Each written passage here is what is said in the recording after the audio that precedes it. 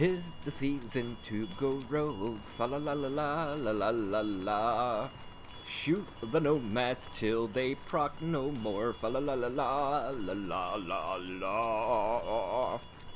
Anyways, sorry to make you cringe so much, but what's up, pros and O's? What our approach to go? It's Relentless here, bringing you a holiday edition build video. If you happen to be new to the channel, ground and pound that like and subscribe button, and don't forget to turn on post notifications so that way you know each and every time a new video is uploaded. Now, I was wasting time here with waiting on friends and family for the holidays, and I noticed a lot of content creators much larger than I are just recycling the same build videos, just changing out the thumbnails, but as far as the build itself is exactly the same that they put out, you know, 3 weeks ago, a month and a half ago. And look, I get it. Content is very scarce. This game has been out quite some time. We all are awaiting the Division 2.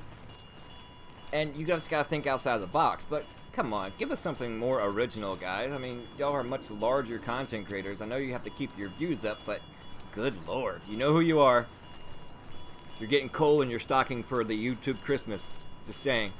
But anyways, a lot of people commented on my last PvP video, Mayhem and meeting fans in the Dark Zone, as far as what I was running, and I thought I had the build video of this already on there, but it turns out that it was done with a marksman rifle.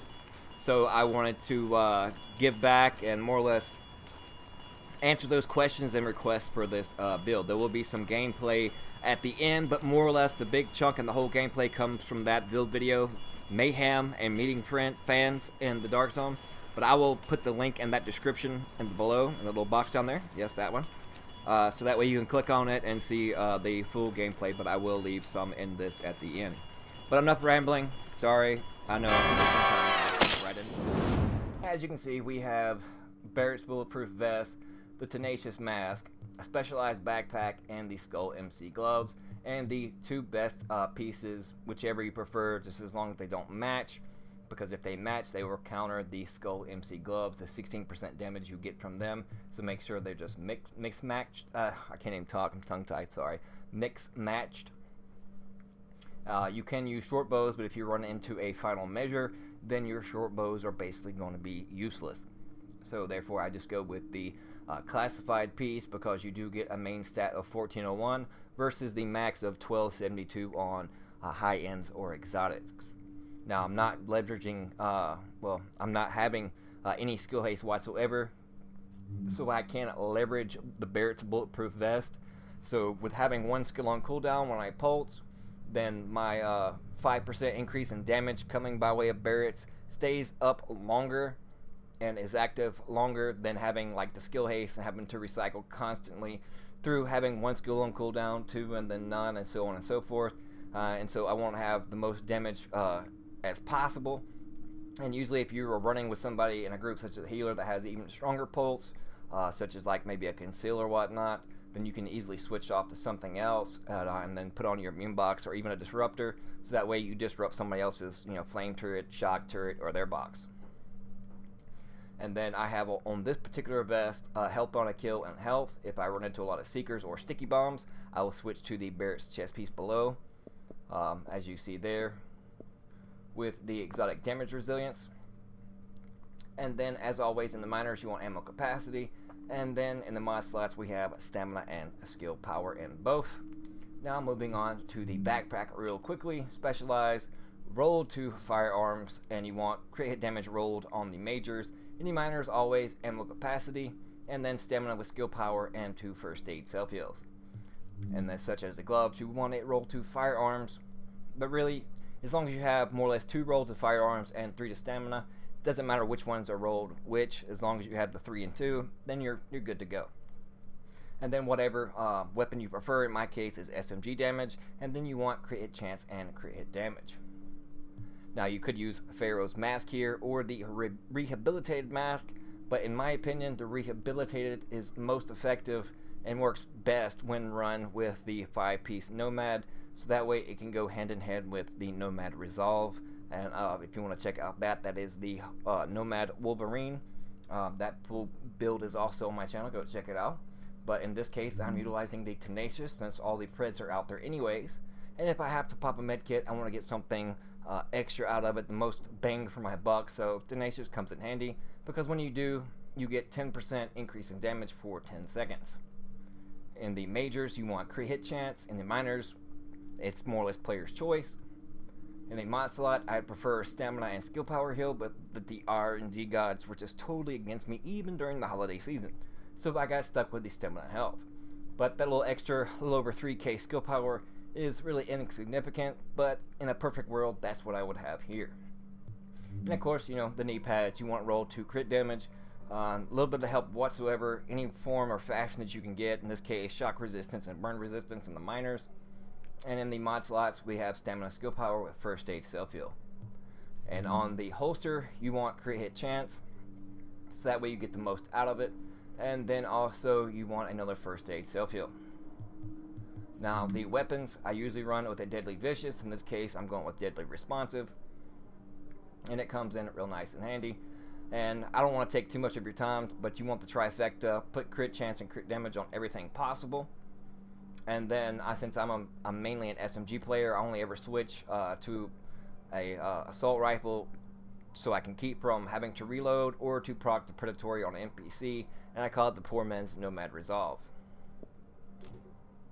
But you can see actually in the character sheet, 45.5% crit chance, 136% crit damage. Now, utilizing a pulse, I'm right at probably 59% crit hit chance, but you can use this tactical scanner here, or the recon scanner. You'll hit max crit chance, and also you'll get a 12% reduction in your cooldown time, as if you notice. But the only difference is when it comes to the tactical scanner, you get little 2% more in crit hit damage, and usually somebody is running either a better pulse, but yeah, if they're not specting any whatsoever at all DPS builds, then more or less they're going to only hit around the 90k mark in skill power, so therefore you'll be the boss when it comes to pulse. So if you're planning on going rogue a lot, then you want the more or less the crit hit chance and crit hit damage by way of Scrambler. And also, instead of using a box where somebody has a box, you can use it when they pop it down, and that way your pulse can work when they don't have one, and vice versa. It depends on who you're running with and what all the skills everybody else is using. So if someone else is using a pulse that's better than yours, use a box. If somebody already has a couple boxes, then go with the pulse, and vice versa. And then as you can see, almost 95k in self heal coming by way of the booster shot. Now your talents, I run Adrenaline, Critical Save, Combat Medic, and Strike Back. Now for those that are new to the game, and yes, there are some that are still coming in new to the game, because it has been on sale, and it is for a good price to pick it up and play it while we're waiting on the Division 2, so it's not a waste of money. But if you're playing with a squad or even 2 or 3, then you want to run Combat Medic. Keep an eye on your teammates' health, and if they're tied up and can't stop more or less firing in order to pop a medkit, then just lend them a hand and pop a medkit for them. But I hope I've been informative, and also don't forget to make it your own. If you want to make things a little more tankier, by all means do so. So don't just base it on how I have rolled. That's how I play. Make it your own. If you want to go a little more tankier, do that. If you want a little more damage, then drop off in stamina and add on to the firearms. If you don't care about having that extra 15k in skill power, then add stamina with stamina in the secondary instead of my skill power, and that way you can be a little more tankier that way as well. So this is just coordinated into my playstyle, so make it inform your own playstyle and go from there. But it is a lot of fun. I'm going to send you over to some gameplay, and I'm out of breath. Trying to get this done as soon as possible before friends and family come over for Christmas dinner. But thank you guys so much for tuning in. We'll see you guys.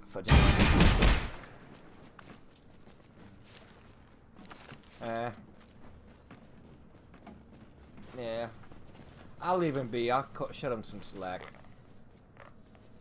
Because he's not bothering us, so. Oh, really?